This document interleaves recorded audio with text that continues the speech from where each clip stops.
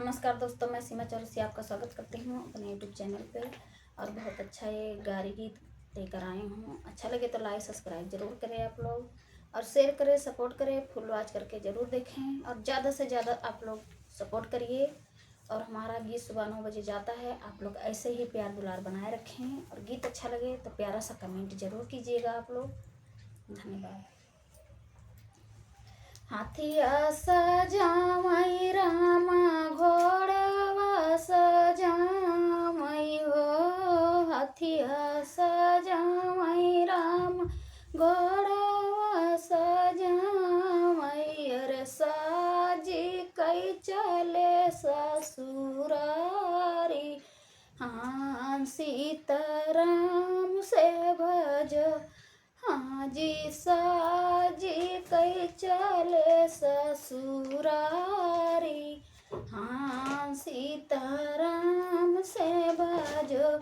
रजाई के पहुँचे जाना का फूलवरिया हो, जाई के पहुँचे जाना का फूलवरिया। यार सूखले फूल हरियाई, हाँ सीताराम से भजो, हाँ जी सूखल फूल फूलाई, हाँ सीताराम से भजो।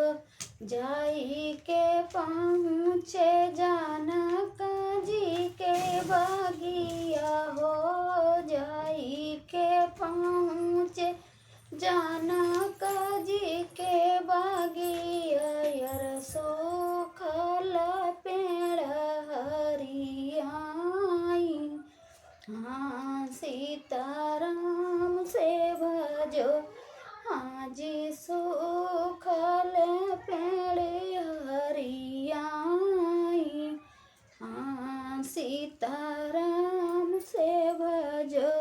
रजाई के पहुँचे जानका जी के सागरे हो, जाई के पहुँचे जानका जी के सागरे। यार सूखल सागर भरियाई, हाँ सीताराम से भजो, हाँ जी सूखल सागर भरियाई, हाँ सीताराम से भजो।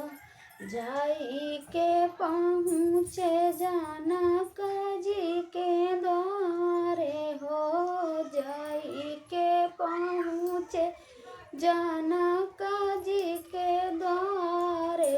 यार सखिया सब देखे मुस्काई, हाँ सीताराम से भजो, हाँ जी सखिया सब देखे मुस्काई, हाँ सीताराम से भजो।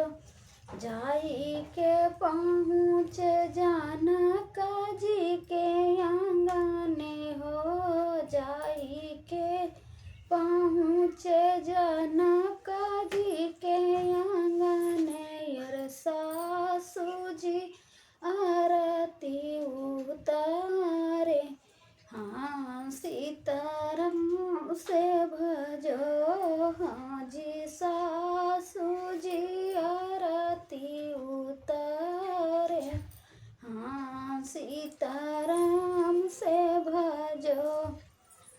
हथिया सजाए राम घोड़वा सजाए हो, हथिया सजाए राम घोड़वा सजा।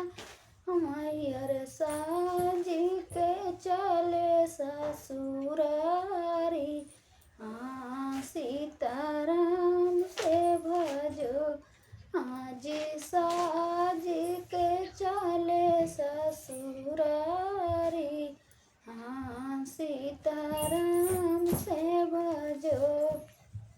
तो दोस्तों, हमारा गीत कैसा लगा आप लोग को, और गीत अच्छा लगे तो प्यारा सा कमेंट जरूर कीजिएगा आप लोग। धन्यवाद।